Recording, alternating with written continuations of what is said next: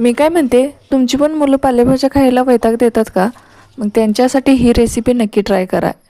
आठवड्यातून एकदा काय 4 वेळा हाच पदार्थ करून मागतील.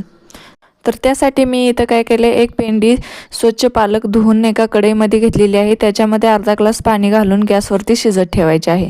तोपर्यंत एका बाउलमध्ये मी 1 वाटी रवा घेतलेला आहे. त्याच्यामध्ये 2 चमचे दही घालून घ्यायचं आहे आणि थोडंसं पाणी घालून हा रवा भिजत ठेवायचा आहे. अगदी रवा भिजेल इतकंच पाणी घालून घ्यायचं आहे, जास्त पाणी घालायचं नाही. हा रवा 5 मिनटं भिजते तोपर्यंत आपली इकडे पालक शिजलेली आहे.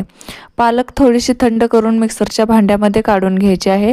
त्याच्यामध्ये 2 हिरव्या मिरच्या, 4-5 लसूण पाकळ्या घालून हे मिक्सरला वाटण करून घ्यायचं आहे. आता तोपर्यंत आपला रवा भिजलेला आहे, त्याच्यामध्ये ही पालकाची प्युरी घालून घ्यायची आहे. त्यानंतर थोडंसं पालक शिजलेलं पाणी घालून हे मिश्रण व्यवस्थित मिक्स करून घ्यायचं आहे. चवीनुसार मीठ घालायचं आणि हे मिश्रण व्यवस्थित आपल्याला मिक्स करून घ्यायचं आहे. मिश्रण व्यवस्थित मिक्स झालेलं आहे. गॅसवरती तवा गरम करून घ्यायचा आहे आणि त्याच्यावरती तेल सोडून अशा पद्धतीनं आपण ज्या पद्धतीनं डोसा करतो त्याच पद्धतीनं याचा डोसा करून घ्यायचा आहे. तुम्ही तुमच्या आवडीनुसार जाड किंवा पातळ करू शकता.